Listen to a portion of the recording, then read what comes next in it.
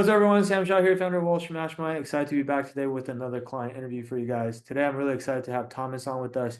Thomas is one of our students who just finished going through the summer 2026 recruiting process recently and was able to land an offer that is an amazing offer and wanted to get him to come on here and just talk to you guys about how he was able to do that and all the obstacles that he had to overcome along the way. And in the process of doing this, our hope is that we'll be able to share some insights that in terms of what Thomas was able to do well that you can then take and implement into your own process. And hopefully this will help you guys out with your own recruiting process as well. So with that said, Thomas, thank you for being here with us today. Thank you for just spending a little bit of time out of your day doing this interview. But if you could start by introducing yourself to our audience and just kind of telling people who you are so that they can get a sense for kind of what your background is. Yeah, no, thank you, Stan, for having me. I really appreciate being here. I've really enjoyed being a part of this program. And, it's funny, I was in the seat on the other side of the screen listening to client interviews, and it's just feel so fortunate to be on the other side now. So I want to start off by saying, any students listening out there, I was in your seat and I wasn't sure. And so this was my first introduction to the program. So hopefully I'm able to shed some light on what's possible and see the success that you guys will have in the future. So I guess going to my background, I think it's important to understand first my family background. So I come from an immigrant family who comes from Serbia, and I'm very proud to be a Serbian. Nikola Jokic, Novak Djokovic, love those guys. But my dad was in the trucking business, and he was a driver for a while, and so I always was interested in business, based on the logistical aspect from his side. And then my mom did cultural linguistic work, spoke a lot of languages, so I always liked the culture side of things. But I want to start off by saying that just so as you can imagine, my path towards business and finance was pretty unconventional. And I'm actually one of the first people in my family to go to college as well. So I really wanted to go somewhere where I knew that I could have the opportunity to do what I wanted to do. And many of you may come to realize that you have people around you, you may be one of them, that's okay, that have known they wanted to do finance or investment banking for a long time. They've known it since high school. They've pursued everything they've done is to land a role. I learned what investment banking was late in my freshman year of college. I had no idea. So, but rewinding a little bit. Coming into college, I met currently at the University of Michigan, a Ross School of Business. And coming in here, I think my main goal was to learn what was out there. So my freshman year, I joined a couple different clubs and organizations, notably a social fraternity and then also a business fraternity here on campus. And they were great for me just learning through the current members and alumni on what a career in business looks like. And when that was the case, I was still not sure what I wanted to do. And if you guys are at schools out there that are heavy with consulting or finance, like mine, everybody falls into these two buckets. And I came into business school really only being able to wrap my head around marketing. Like that's the only thing I could understand. So I really wanted to learn what was out there. Yeah. And that kind of led me to my freshman year experience, actually. So my freshman summer, I had a wealth management position and I was able to learn the ins and outs of different areas of finance. And everybody I kept talking to kept talking about investment banking. And I remember looking at a lot of people or talking with a lot of people at this firm I was working at, and they were saying, I might have a couple of years of IB go into it so I can go into this pivot to this other role I want to do. And so they always gave me this advice, if you can start and do it. So my main goal for the summer was to really learn what it was, to learn about the recruiting process, learn how to get into it. And so I really leaned on and leveraged my connections through my clubs and my fraternities. And I'm like, okay, I think this is something I want to do. I mean, I always saw myself as a competitive person. I always aspired to do some, the best thing that's out there. So that was my first initial motivation. But here comes the obstacles. It really ties into a lot of what I prefaced for you in the beginning. I'm lucky to be in college. I'm working in college to self fund my tuition, my education. I don't have time. I try to join these clubs and I don't know anybody in finance. All these kids around me, they've got people they know in finance and it's like how am I going to do this? I really thought, even before it even started, that I didn't have much of a chance. I learned about how not only the job is tough, but the recruiting process can be tougher at times. And so I really was at a point in my career or my potential career where I was thinking, I don't know if this is something I can do, but I wanted to give it a shot. And that's when I actually came across Wall Street Mastermind. I had a couple people in my school mention it, and I saw it online. I was just scrolling through Instagram and saw saw an advertisement, and then somebody reached out to me after I followed the page, and I said, okay, I'll look into this a little bit. And I really saw it as a way to not only keep me accountable on my journey, but to get those resources that I didn't have available to me, you know? I feel like a lot of people around me had these resources, whether it be connections, whether it be prior knowledge, whether it be knowing how the process works. And Yeah. I felt I didn't have any of that, and already felt behind before I even started. And so I saw this program as a way to level the playing field and to leverage the skills that I've been building my entire life to be a competitive candidate in the investment banking recruiting. Um, and so I didn't know what to expect at first, but um, obviously I've had a great experience and gonna fast forward a bit. Now I've gone through the recruiting process throughout this year. I can dive deeper in anything else, but long story short, had a couple offers. I ended up accepting my offer at Morgan Stanley. Very, very fortunate, happy to do so. And I had lots of other soup days and interviews that I didn't end up taking up because I accept my offer. Can go into any of those as well, but very happy to be here and to share my story. That's amazing, man. And of course you're a Jokic fan, which makes sense. Yeah, That absolutely. guy's an absolute beast, man. See his 30, 20, 20 triple double game. Yeah, I couldn't miss it. Yeah, one of the best to ever do it. If he cared more about the game, I feel like, he would definitely be the greatest of all time if he stayed long enough, but we'll see. Yeah, I think he cares more about horses than basketball, is what I heard, right? Horses are huge in Serbia. My family in Serbia owns a lot of horses, so Which is crazy to me, by the way, because conventional wisdom would say like you have to really, really care about something to be like the best in the world at it. But like he pretty yeah. much is the best in the world at basketball, but he doesn't even seem like he cares about it that much. And so it's like, LeBron James or Steph Curry, like those guys like they care like very deeply about basketball. Like this is the most important thing to them, right? And so like Right. it's that guy is just crazy, man. I'm a Warriors fan. Obviously, we're going totally off topic, but whatever. Like, It's I'm a okay. Warriors fan, and obviously, Warriors been playing well, and right now, I'm like, oh, I really hope we don't run into Denver too early in the playoffs because that's like probably that's the one team in the West that I would want to play as late as possible. So Yeah. Yeah. uh, back to what you're saying though. Mhm. I don't think everyone in our audience cares about basketball, but um, so there's a lot to unpack here, right?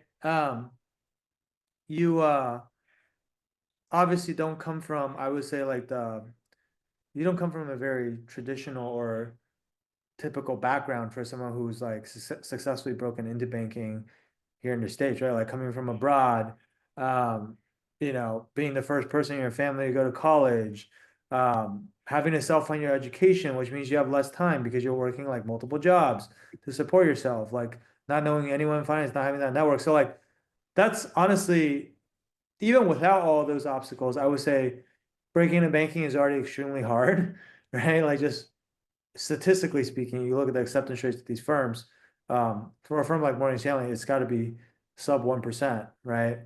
And so the fact that you had all these obstacles and you were still able to overcome it, I think is an amazing testament to just, your hard work and obviously also some talent required, but most of it comes down to, I think, just like your ability to work really hard and be coachable and go out and execute and implement all the things that you've learned, right? But you mentioned you obviously took the offer from Morgan Stanley, which I'm biased, but I think is one of the best firms out there. um, but you also have other offers that you got. Like, what were some of the offers that you got? I had an offer at Houlihan Lokey as well, and I was also in the Super Day process for PJT Rothschild, and then had interviews for a couple other firms as well. Um, but yeah, I mean, just to talk a bit about my background as well. I say all those things not to be, what was me or victim, just to say like, it's possible with no matter what background you come from, it really takes the work. And I also want to say this for Morgan Stanley, it's our school, Michigan, we pride ourselves on our network. And we have people at every firm in the world, really. It's the biggest network in the world at Michigan. I love the school, go blue, but um what's funny is we don't really have a good pipeline in the Morgan Stanley. So we Interesting. yeah, we recruit Jeffrey's number one, they recruit out of Michigan. And then we also have big presence in PJT, Rothschild, pretty much every firm. They all come to campus, but we don't have a good presence in Morgan Stanley. And I want to say that just to say, it's not even the school I'm at. It's not even that the fact that there's an alumni network. I really kind of started with nothing, a few cold emails, just the knowledge of how to work the process, work the game, and it worked out. So, Yeah.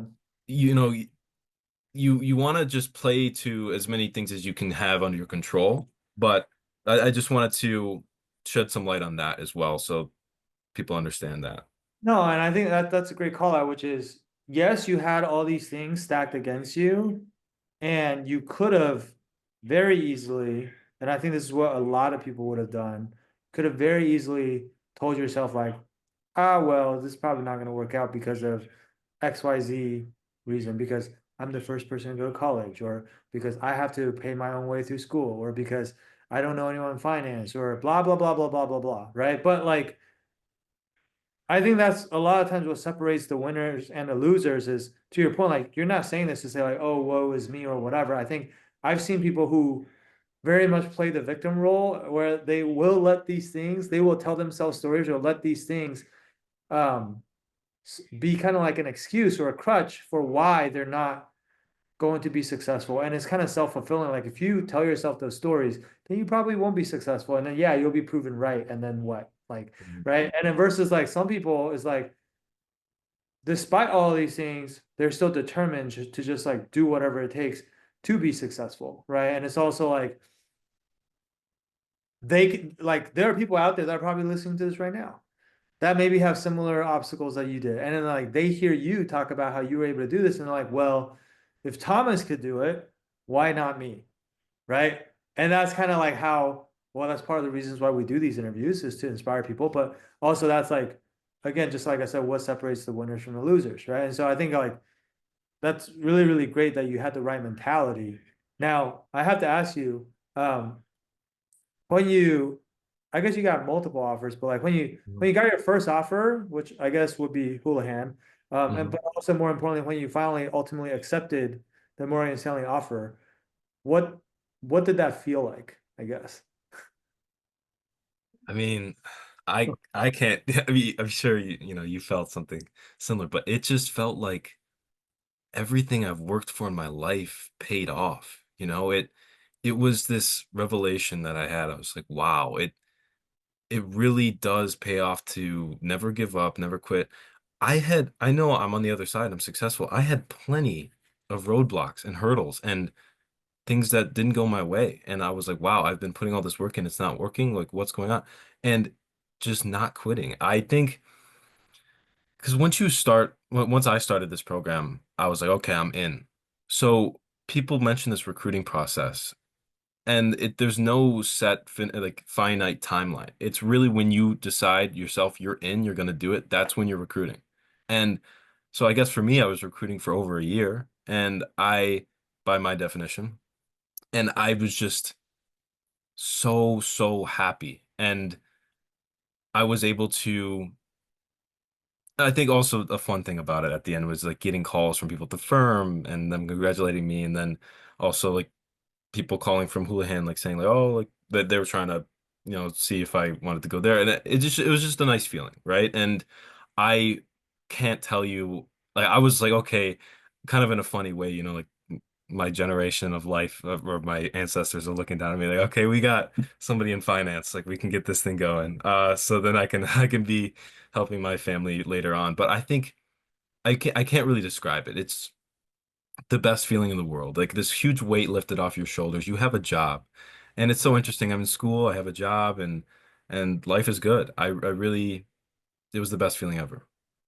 You mentioned wanting to help your family later on. Like, Mhm. was that your primary motivation for kind of like wanting to go into this industry, or and then like also, what was their reaction when you told them you got this job, or is your dad just like, I drive trucks, I don't know what this is, like happy for you, but I don't care, or like what reaction?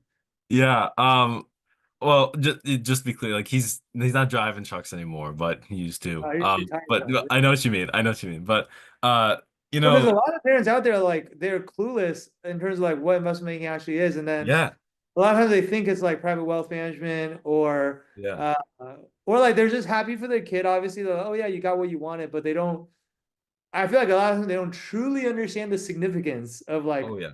what you just had to go through, right? Absolutely. I mean, I love my family, but like, when they say like, great job, like, do you know what I had to do? Like, do you know the nights I was staying up doing this or that, emails, this or that? And it's funny you mentioned that because that was really the main thing. They were clueless. I mean, I would come home from break and I would talk to my uh grandfather and like I mentioned like UBS and he's like, "Well, what is that? UPS? You want to be a postal service work?" And and I was like, "No, no, investment banking. Oh, banking teller? You're gonna be a teller at a no, no." And Oh my it's goodness. funny. And then I would mention non-bulge bracket banks and they'd be like, what is this Rothschild? What is this like, other firm?" And so I think, that's a big thing, not understanding significance. Of course, they're proud of me. But when I told them, like, wow. And I think that was a great thing for me, a bank like Morgan Stanley, they know the name. They're like, okay, this is great. Yeah, that's amazing. And one of the first modules I remember through the program, I believe it was through Secret Sauce, and it was more about like the mindset you need to inherit and adopt as you go through this process. And it's like you gotta say no to some things. And I wasn't able to like really connect or go home to my family as much as I did before. And mom's like, "Oh, you're really busy. You seem to be really busy, all this stuff, like the school, how many credits you taking, things like that. What's going on?" And I was trying to explain and finally it all paid off and they see, I have been putting in the work, but exactly to your point, the significance of it, you really understand when you go through the process, which is why it felt so rewarding for me and not even just to tell my friends and family that it worked out, but it was just rewarding for myself and to really show myself that I can put anything I put my mind to in the future. And so going back to your question on my one of my primary motivations to going career in finance definitely was family. I see my dream job is not necessarily what I'm doing as a career, but a job that allows me to have a comfortable family, to spend more time with them, and to make sure that I can pay for their college and support them later on in my life. And like that's what I'm working for, and that fulfills me. And so pursuing a career in finance and investment banking, I was like, okay, everybody knows it's one of the best careers to go into out of college, and why not give it a shot and strive for the best and kind of set myself up and my family up for life. And that's exactly why I wanted to do it.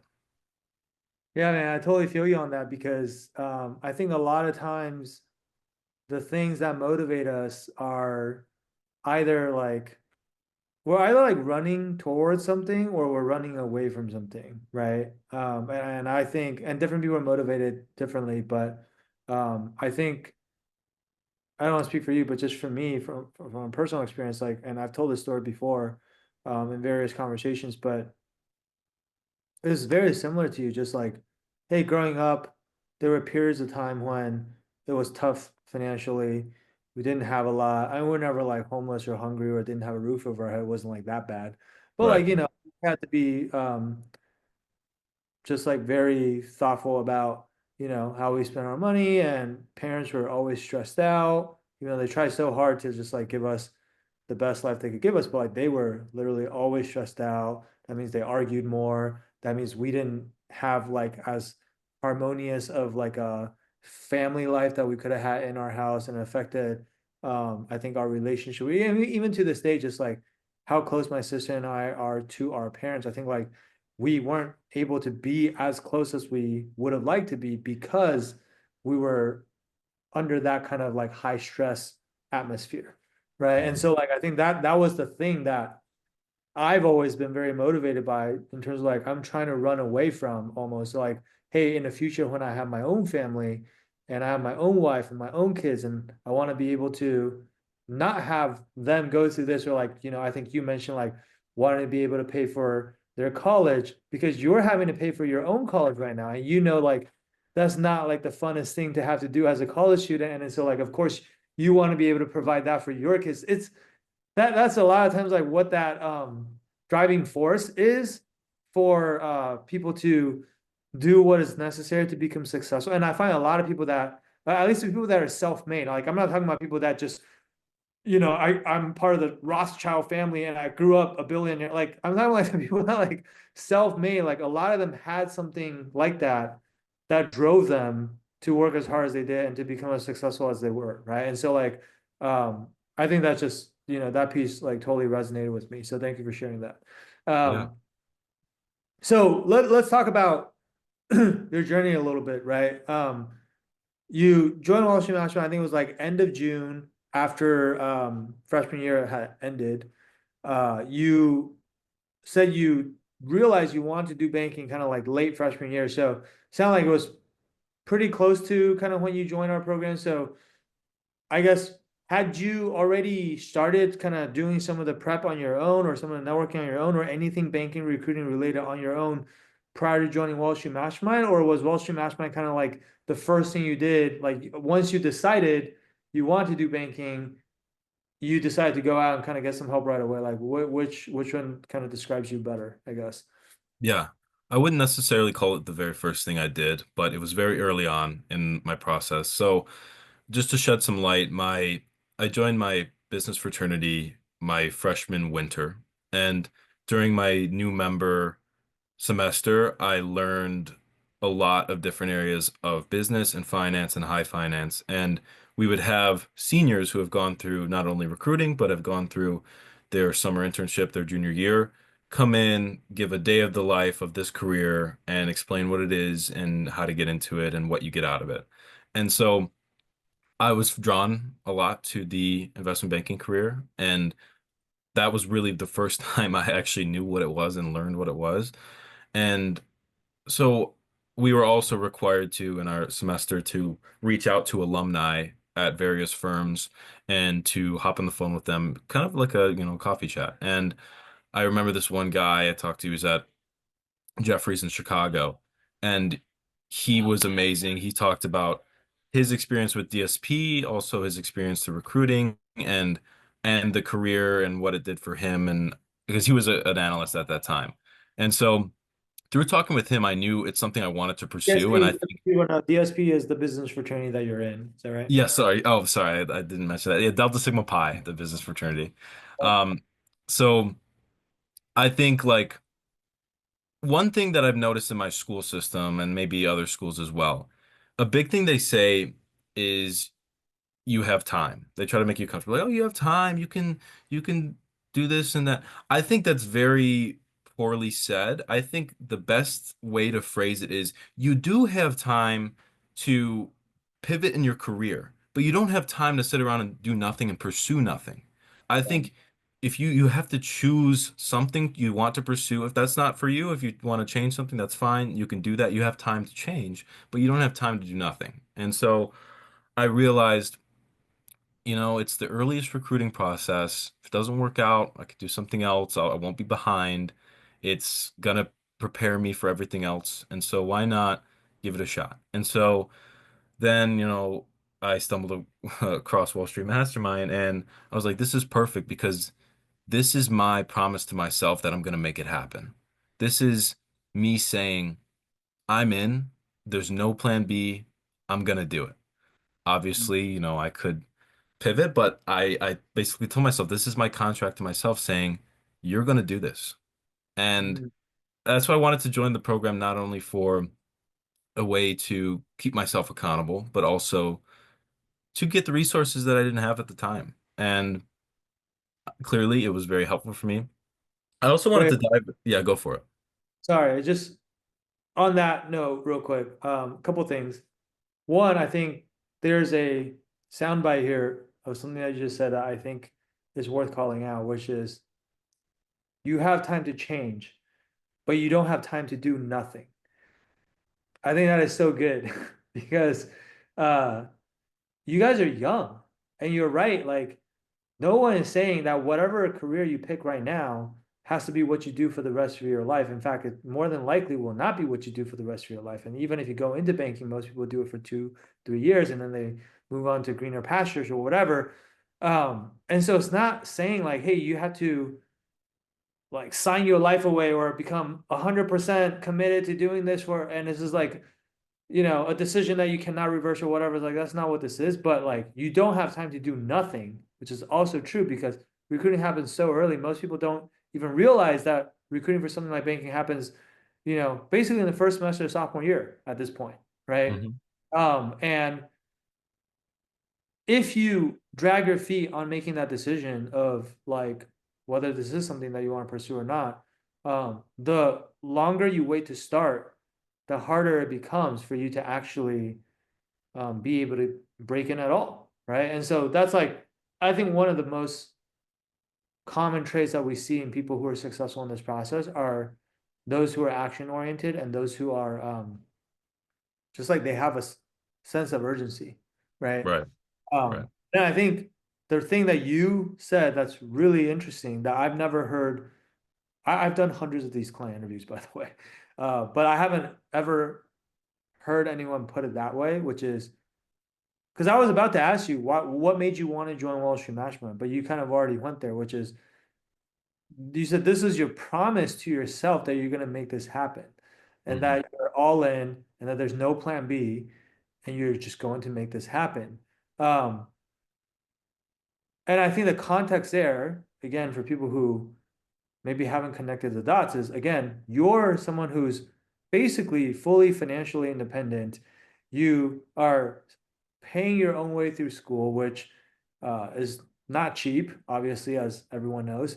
Um, and so, even for a program like this, like for you to decide you want to do this, you had to invest in it yourself. And it's not like you have a surplus of like money just sitting around because you're Yeah. already working. Did you say you're working multiple jobs just to be able to pay your way through school? Yeah. Yeah. So like for you to then invest into a program like this, like that's not clearly not a decision that you would have made lightly, right? And it's almost like by investing in a program like this, you have no choice but to be all in on the preparation process because otherwise you would be wasting your hard-earned money that could have gone to school or other things that you're already making a ton of sacrifices just to make this money. Like you're obviously not going to let that go to waste, right? Is that kind of Absolutely. like what you're talking about? That's you hit it on the nose, exactly that. It was not an easy decision for me. And I was on the phone with Patrick a couple times, and uh that's also one thing, I appreciate you guys being able to work with me on that and understand that, that's what I needed. But I think that was the commitment was like, okay, I'm investing in myself and Yeah. not being afraid to invest in myself and saying this is going to be worth it and this is something I want to spend money on. It's my future. At the end of the day, if I'm a career in IB, money's not going to be a problem soon in my life. So it's like it's exactly that. It's that commitment. And anybody listening out there, I mean, you're probably on the edge right now, wondering, if this is something you want to do, if this program is something you want to do. I encourage you to jump in. It's it's not an easy thing. It's a big hill ahead of you, but if you just say, I'm gonna go for it, Yeah. jump in. That's exactly what I was saying. You'd have time to change. You don't have time to do nothing. So do something. And I encourage you as well. I don't want to say that I think the best way to phrase this is in pursuing a career in investment banking, you gain the skills that will help you succeed anywhere. Yeah. And and that goes the same is true for the recruiting process. I learned so many things in terms of LinkedIn, resume, how to interview, how to network, how to talk with people, the skills I need to know, the everything I need to know about finance and technicals, things like that. And I'm talking with my friends here in my fraternity house here that are pursuing many different careers. And I tell them, okay, this is how you find this person on LinkedIn. This is where you should email them. This is how you should talk to them. And they're miles ahead because nobody in any other career recruiting is really emailing people at firms. And I think this is, it's subject to business and it's a unique thing to like IB and consulting maybe. Not many kids are doing it any other places. If this you find out this is not what you want to do, you will be so set up to do anything else or to get a job in any other field. And I don't want to take it too much away from investment banking, but what I'm saying is jump in, Yeah. make the leap. It's like you're training to play in the Olympics, and then you suddenly decide, no, I'm just gonna go and play basketball at the park instead, and then you just like crush everyone, right? Dominate. Yeah. That's kind of an analogy. But I think just to kind of wrap up on this point though, like I want to commend you on the fact that I think a lot of people, if they found themselves in your situation where they, aren't supported by their parents, they don't have a lot of money, extra money just sitting around, which by the way, like most people don't have extra money. Who here has just like extra money sitting around? Like, like most of us like we wish we had more money. Like that's always going to be the case, by the way, for 99% of people. Okay. But like for someone like you who's like putting yourself through school, working multiple jobs, financially independent, no support from your parents, I think a lot of people in that situation, more often than not, would not make an investment like this. They will like give themselves kind of like the easy out of just like a seemingly legitimate reason, like, well, like, I don't have the money or like blah, blah, blah, whatever. And this goes back to what we were saying at the beginning, just another perfect example of how you had all the reasons and all the excuses you could have had, like I'd first generation college student, like, don't having to put myself through school, don't know anyone in finance, blah, blah, blah, blah, blah. These are all excuses that you could very much use as a crutch. But ultimately, like you decided to invest in yourself, which by the way is the best investment you could ever make is an investment in yourself. It's not investing in the S&P 500, it's not investing in crypto, it's not like this to your point, like what you have learned by going through this process will stay with you forever. No one can take that knowledge away from you. And this will pay dividends for the rest of your life. And also, I always laugh because sometimes we talk to students who are like, oh, yeah, I have money, but it's all tied up in my stock portfolio and I don't want to liquidate it to, sign up for this program. And I'm like, oh, really? How much is your stock portfolio? Like, oh, I have whatever. Let's pick a number. I have $5,000. Okay, or I have $10,000. Okay, like how much are you earning on that per year? Like the S&P 500 long-term return is averaging 10% a year. So if you have $10,000 and you don't touch it, in an average, it could go up, it could go down, but in the long run, you're making $1,000 on that every single year. Is that going to change your life? No. Right? Is that gonna like change the outcome for you or significantly move the needle for you? Like, no. Like, what will change your life is if you invest in yourself, if you increase your ability to earn, right? If you increase your earning potential, which is what this is, right? Like helping yourself be able to get a job when you graduate that's going to pay 3 to 4 times more than what you would have made otherwise, right? And that's not our numbers. This is like based on compensation surveys and stuff.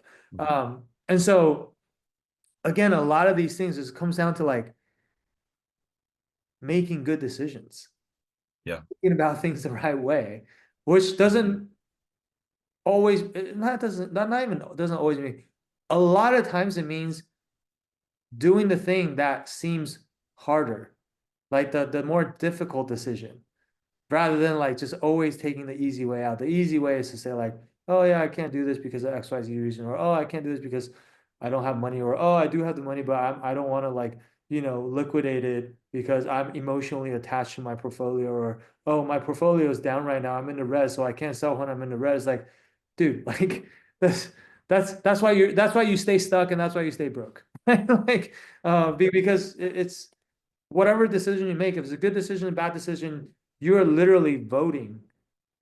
You're voting with your action on what kind of future you want to have, right? Anyway, Absolutely. I don't want to like just keep belaboring this point. I think I do want to expand on that though, because I think the other part of it that you didn't touch on necessarily is that when I was debating joining this program, I was aware of my work ethic. I knew that I'm gonna work hard. I'm very driven. I can make it happen. Like I can read the guides, I can get the resources from my school. But in this investment in this program and in myself, it was keeping myself accountable because Lord knows I wasn't gonna read the guides until I needed to.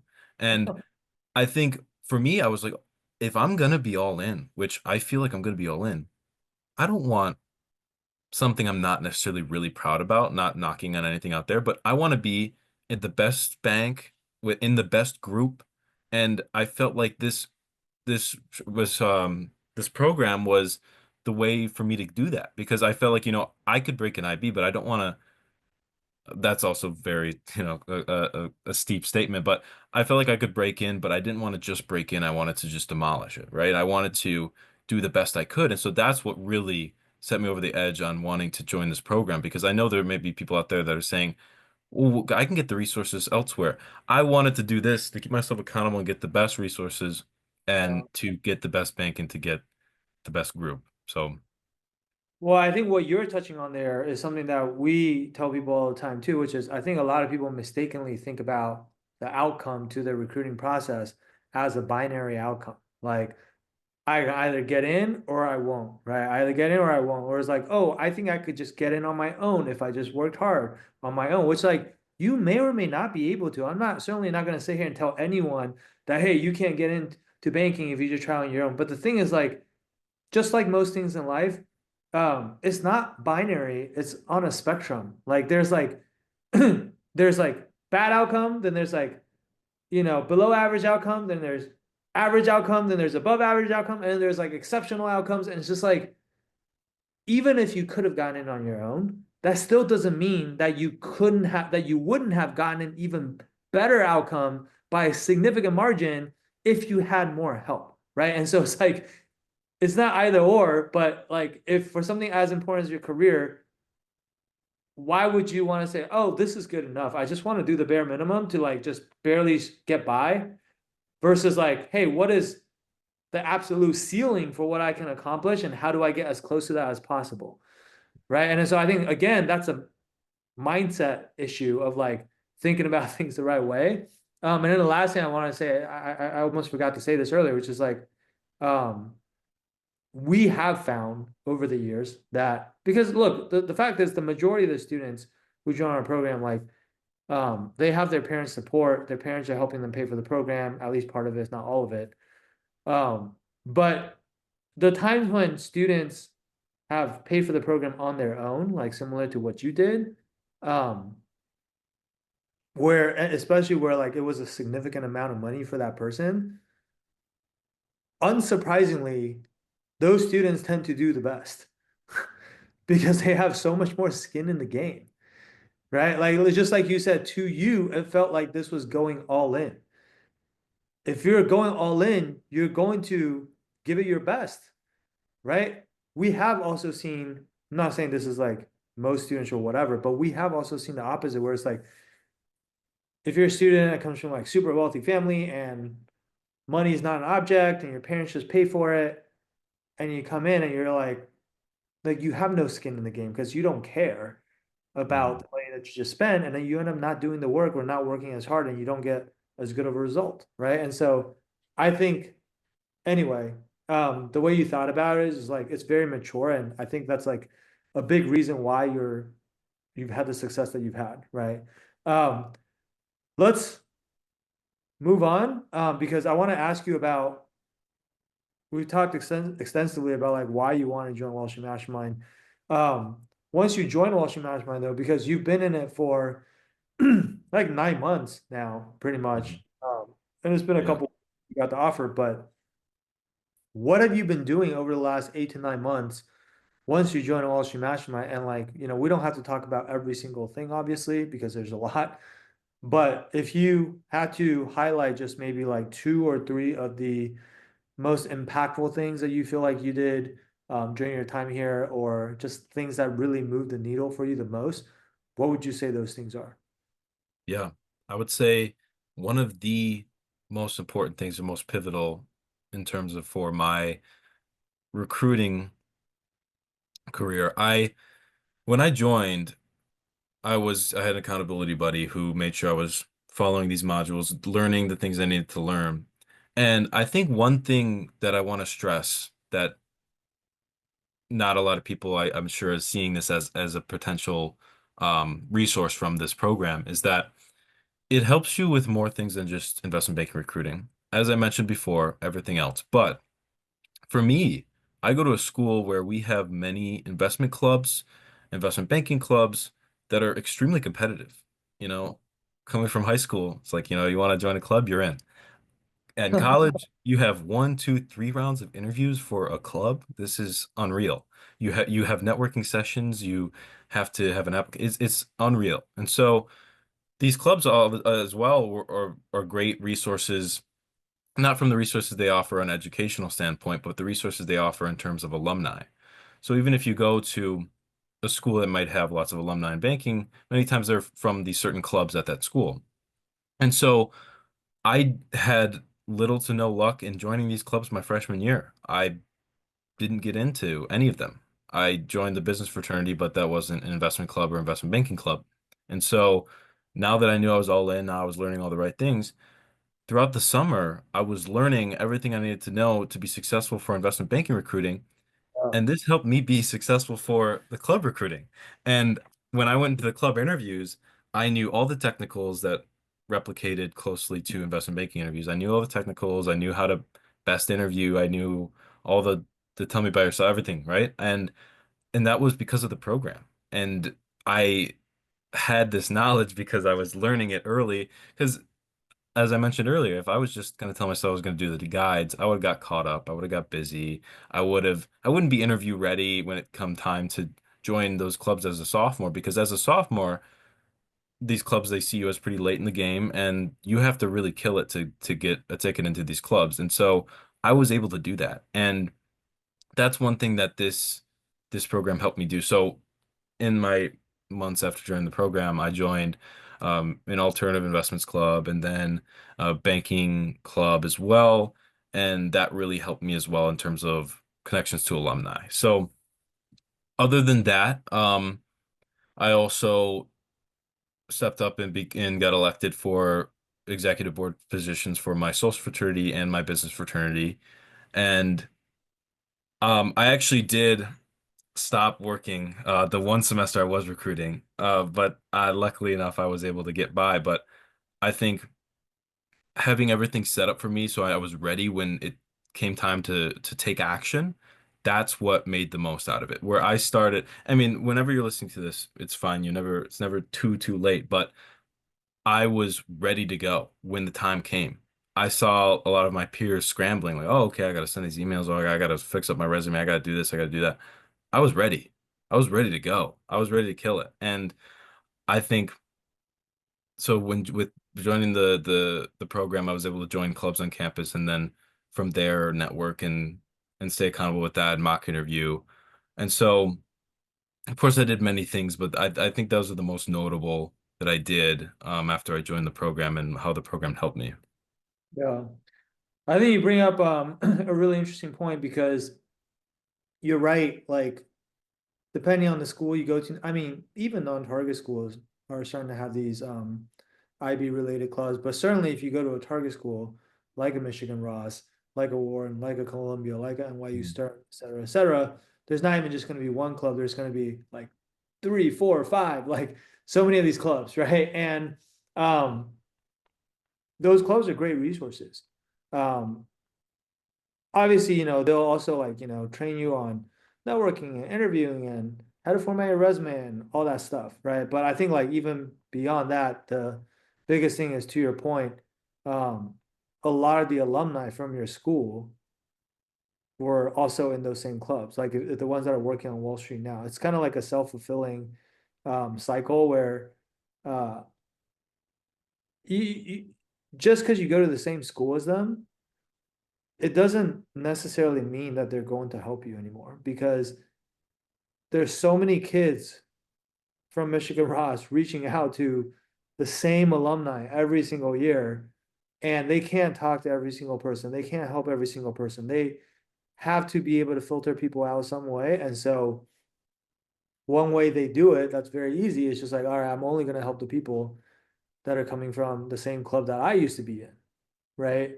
Um, I used to be in a business for training too, but I was an AK side, not DSP. But I also had a lot of friends in DSP, and the same thing. Like, we were like the top kind of like IB feeders at Berkeley, at least back then. I don't know about now. And if we were working, at whatever bank we were at, when we see resumes from our organization, we would be biased towards those people because we were trying to help them, right? And so, um, that is like the main benefit of joining a club like that is not even like a training or anything else. It's primarily for like the network. But to your point, like those clubs, the clubs themselves are also becoming very hard to get into because these clubs, a lot of them have like a very high placement rate or track record, success rate for like placing people into these firms, but they want to keep it that way. And so to keep it that way, the easiest way to keep it that way is to only let in the people that they think are already going to get these jobs anyway. Right. And so Right. that's why like they actually really just model their own recruiting processes after how the banks recruit, because then you can very easily tell like, oh, who's good at interviewing, who has a good resume, who's good at networking, who's good at all the things that you need to be good at to get into these banks. And so I think some students like they look at Wall Street Mastermind and they're like, oh, well, I already have clubs on campus, so I'm just going to use clubs. Or if I can get into the clubs, then I don't need Wall Street Mastermind. If I can't get into the clubs, then I'll join Wall Street Mastermind, right? You could do it that way, but to be honest, every student in our program is pretty much in whatever club there is at their school, like almost every student. And Mhm. so the first thing to understand is like the two things actually aren't mutually exclusive. It's not like you can only do one or the other. The second thing is like a lot of students are like you, where they were only able to get into the club in the first place because of what they learned in this program. Because Mhm. everything you're learning in this program is designed to help you be good enough to break into the banks themselves, which is like the bar for that is even higher. That's like you're trying out for the varsity team. And then now you're good enough to make the varsity team. All of a sudden you're trying out for JV, which is the clubs. Like the clubs are hard to get into, but it's not as hard as getting into Morgan Stanley, right? Like, and so you're taking what like your skill set or your skill level, which is already at the varsity level, and then now all of a sudden you're trying out for the clubs. Of course you're gonna get in, right? Even though you just tried the year before, the semester before, you couldn't get into any of them. Now, of course, you're gonna get in, right? And so, like, I think that's what people need to realize is like everything is becoming so competitive now. Even you trying to get in a club, there's a competition for that, and that's just like the competition before the main competition, which is again the actual banks. But like, you can never have too much help, and you can never start too early, right? And then also, even if you do get into the club, or even if you maybe you are already in the clubs, whatever help you're already getting in the clubs you're just going to get even more of that, and perhaps, not even perhaps, most likely from even more qualified people. Because rather than That's exactly what I wanted to touch on. I'm sorry to cut you off there, but go that's ahead, exactly what I wanted to say. I think that thought process, if somebody has where they're like, oh, I'm in the clubs, I don't need this program. I think that's never have that thought process because again, you can't ever have enough help. But if you think about it, at the end of the day, the resources you're getting, all the help you're getting, being in this club, it's run by students, okay? These people haven't actually worked in investment banking yet. Maybe they did a summer analyst program, but they've just gone through the recruiting process. They just know what they knew before, and that it's you get help through this program through people that are actually have done the job, people that have actually been in that recruiting room saying, knowing what differentiates a yes versus a no. And if you have students saying, "Oh, this is what I did. This is what you should do," of course it's helpful, but it's not the end all be all. And I mean, I hate to say it because it hurts me sometimes to see it, but there's many kids aside me in this club that in these clubs that haven't been doing well and have struck out. And so that's what I'm saying. It's not the end all be all. Oh, you're in the club, you're good. No, because those resources, everybody else has access to them. It might not be enough, right? So you have this program where you have people that have been in those rooms saying, knowing exactly what you need, where you don't always have that in school. And at the same time, think about what your competition is. You've harped on this. Your competition is your fellow classmates. Yeah. They might not always be willing to help you. And so you want people that really are invested in your success and that want to see you succeed. So that's really what I wanted to touch on that point, but exactly right, everything you were saying. Yeah, I mean, we see it all the time, which is um when students are helping other students. I'm not saying don't get help from upperclassmen. I'm not saying that whatsoever. You should absolutely do that, Mhm. right?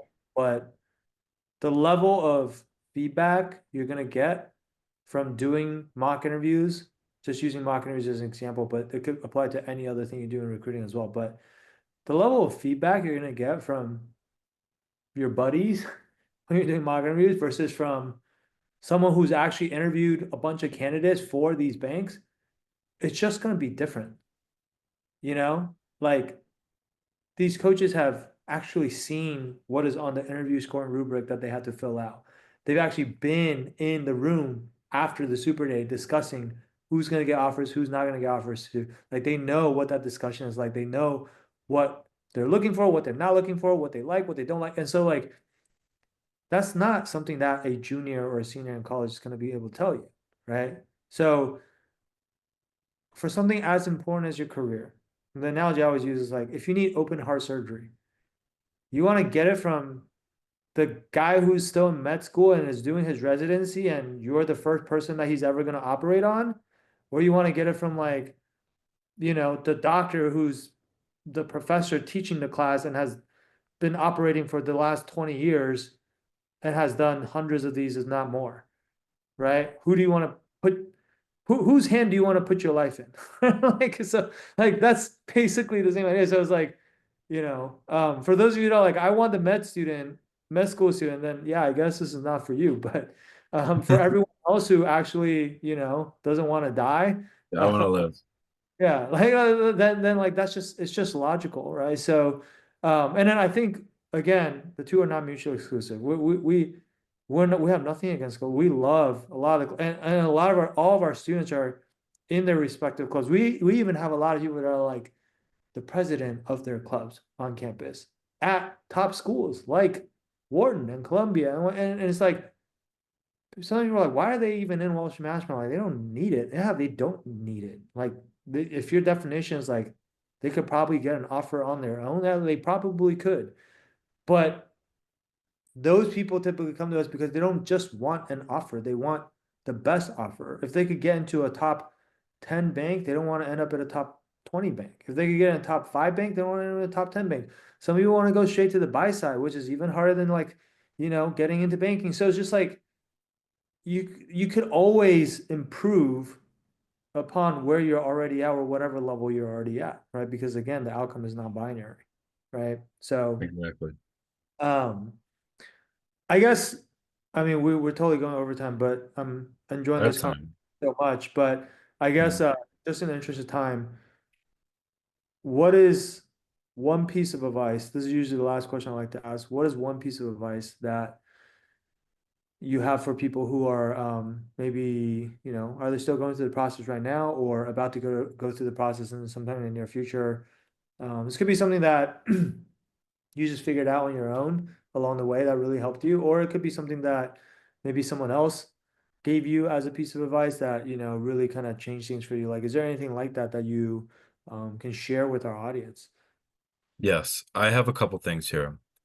I want to go back and reiterate that point I made earlier, if anybody missed it, but take the leap, make the decision, commit, make a contract with yourself saying, I'm going to do this. So that's all I'm going to say on that, but make it happen. Do it. Absolutely just say, this is going to happen for me. And then in terms of other things, I think my advice for recruiting, my biggest one is when you're networking, right? Um, I think that is what changed it for me. That absolutely changed the game for me was having a couple great chats and phone calls that people that really wanted to go to bat for me. And I kind of tried to network early. When I started networking, it was more script. I had these questions. All the same kids are asking the same questions. You just want to not sound dumb, you want to ask good questions, but you want people to remember you. And I know a lot of people say this, but it can't be said enough. But you need to build a connection with somebody. You need to have somebody know you and want to fight for you. And I had this luckily at Morgan Stanley, and it's going to happen for any of you out there in your own way. But there was a guy who was Serbian there, and he was in the group I wanted to join, and I connected with him on being Serbian, and then we went from there. But I had to continue to tell my story and to be human, to be normal, and to be invested. And I think one thing that I did learn from one of my clubs is we had this panel with a couple people, a couple MDs that came from other banks, and the student was saying, a lot of these calls people see as checking the box. It's like, oh, um, you got to make these calls and then you're good. No, it's not. At the end of the day, step back for a second.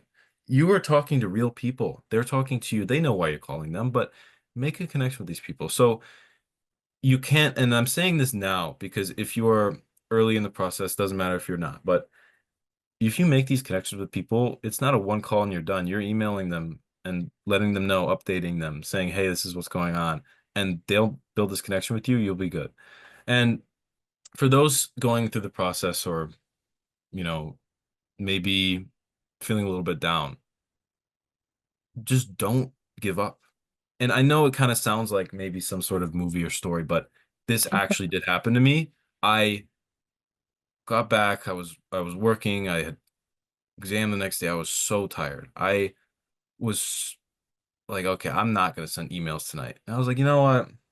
I'll send 5, 10 emails for networking. One of those emails happened to be the same person that gave me the call saying I had that offer from Morgan Stanley. um, And I'm serious. I'm serious. And that I'm pretty religious, so I'm not gonna go too deep into that, but I was like, okay, this is meant to be. But I I really encourage you out there, it could be one email away, it could not be, but why would you cut yourself short? mm. Just don't give up. Keep going. If you really put the work in, it will happen for you. I promise you. You're going to hear that a million times, but it can't be said enough. So that's really what I have to say about that. There's so much good stuff there that you just gave us. I mean, I asked for one piece of advice and you gave us three, so thank you for that. But I think like to recap kind of what you said, um, the first thing is like just take action, right? I think if you guys think about obviously you're all listening to this because you want to be successful. Mhm. And if you want to be successful, anytime like you're deciding between two things that are like diametrically opposites, it's just like, should I take action or not take action? Should I be decisive or not be decisive? Should I procrastinate or not procrastinate? Like the very easy thing to do is just ask yourself, like, hey, all the most successful people or like when I think about all the successful people that I look up to, which of these two options is more aligned with how those people behave? Are they action takers or are they just like people that sit there and think about it all day? Right? Do they procrastinate or do they like have a sense of urgency? This is like the answer will become very obvious very quickly. And then, like I said, like at that point, whatever you decide, you're casting a vote towards the type of person that you want to be. Like, who do you want to become? Right? Do you want to become successful or do you not want to become successful? And you can say you want to be successful, but the more important thing is like actions speak louder than words, right? Because everyone says they want to be successful. So that's the first thing. I think the second thing is on a networking piece. It's funny because I've been doing a lot of these client interviews recently as summer 2026 offers have been rolling in, and a lot of our clients have been getting offers. And that networking thing that you talked about in terms of like building genuine relationships with people and not being like, just super scripted and treating them like real people and not just checking the box. Um, Almost every single successful client I've interviewed lately have said something similar. Probably because the people that are successful in this process understand exactly the thing you just said, which is networking is not this. I understand it can feel like a chore, but it's not this thing where you just go through the motions that, oh, I gotta send 10 emails today, or I gotta send 20 emails today, and oh, I gotta get on a call with this guy. Oh, and I gotta ask him like these 10 questions that I've already written out beforehand that I ask every single person. And then, oh, okay, after that, I'm gonna send a thank you email. Okay, now I hope he's gonna refer me, fingers crossed. Like that is not how you, if that's the mentality or the energy that you're bringing to the call, guess what? Like, it's not going to make you more likable to the other person. And ultimately, at the end of the day, like, yes, your main goal is to get the referral, but the thing that's going to get you the referral is if the other person really, really likes you as a person. So, really, your main goal is to get the other person to like you. And then the referral will take care of itself, right? And so the best way to get the other person to like you is actually to just demonstrate genuine interest in the other person and their story. The way to get someone to like you is not by being really transactional and like making them feel like you want something from them, even though they know you do want something from them. Like, right? Like, so like do the things that make you likable, and then you will actually get what you really want. Right? Um, and so yeah, it is about building that connection. And then I think the last point, about not giving up, 1,000%, because for most of the people, and we worked with so many students at this point, I think like over 1,800 and counting. Um, for most of the people, when you're doing something as hard as investment banking recruiting, like you are going to have some setbacks along the way. You are going to experience some rejection. You are going to hear people tell you no. You are going to talk to people that don't refer you. You are going to apply to firms that don't give you the interview. You're going to take high reviews that you never hear back from. Like all of these things will happen. Like just expect it. I'm telling you right now, it's going to happen. Like don't be discouraged by it. It's part for the course.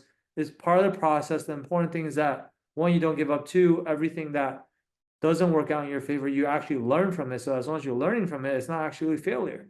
If you're learning from it, it's just putting you one step closer to your ultimate goal. And then to your point, doing the things you're supposed to be doing, even when you don't necessarily feel like it. Oh, I'm so tired today. Like, I'm not going to send that email, right? Or, oh, I'm so tired today. I'm not going to go to the gym, and work out. Or, oh, I'm so, like, we always have excuses, but really, like, the people that are successful, again, it's like they're disciplined.